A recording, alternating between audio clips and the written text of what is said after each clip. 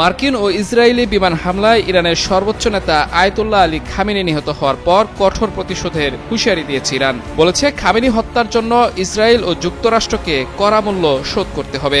একই সঙ্গে দেশটির জামকারান মসজিদে লাল পতাকা উত্তোলন করা হয়েছে। এরপরই প্রশ্ন উঠেছে, হঠাৎ কেন মসজিদে লাল পতাকা উড়ালো ইরান?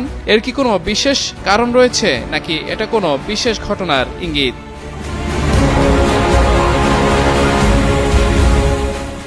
ইসলামী ঐতিহ্যে লাল পতাকা সাধারণত শহীদদের প্রতিশোধের প্রতীক হিসেবে পরিচিত। বিশেষত শিয়া মতাবলম্বীদের কাছে এটি ইমাম হুসাইন রাদিয়াল্লাহু তাআলা আনহুর ও কারবালার শহীদদের স্মরণে এবং প্রতিরোধের প্রতীক হিসেবে দেখা হয়। চুল পড়া অনেক কমে গেছে। থ্যাংক ইউ মা। চুলের ভিটামিন জুই মাল্টিভিটামিন কোকোনাট অয়েল। খামেনিকে হত্যার পর লাল পতাকা উত্তোলন ইরানের অভ্যন্তরে কঠোর প্রতিক্রিয়ার ইঙ্গিত। অর্থাৎ লাল পতাকাকে রক্তের প্রতিশোধের প্রতীক হিসেবে দেখিয়েছে ইরান।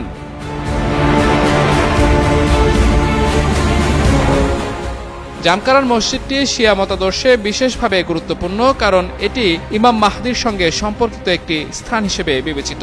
এখানে লাল পতাকা উত্তোলন বিরল হলেও অতীতেও বিশেষ পরিস্থিতিতে এটি দেখা গেছে।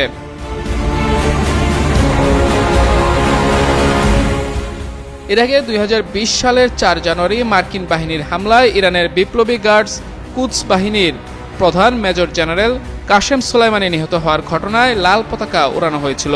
সোলাইমানি হত্যাকাণ্ডের চরম প্রতিশোধ নেওয়া হবে উল্লেখ করে সে সময় যুক্তরাষ্ট্রকে হুমকি দিয়ে লাল পতাকা ওড়ায় ইরান।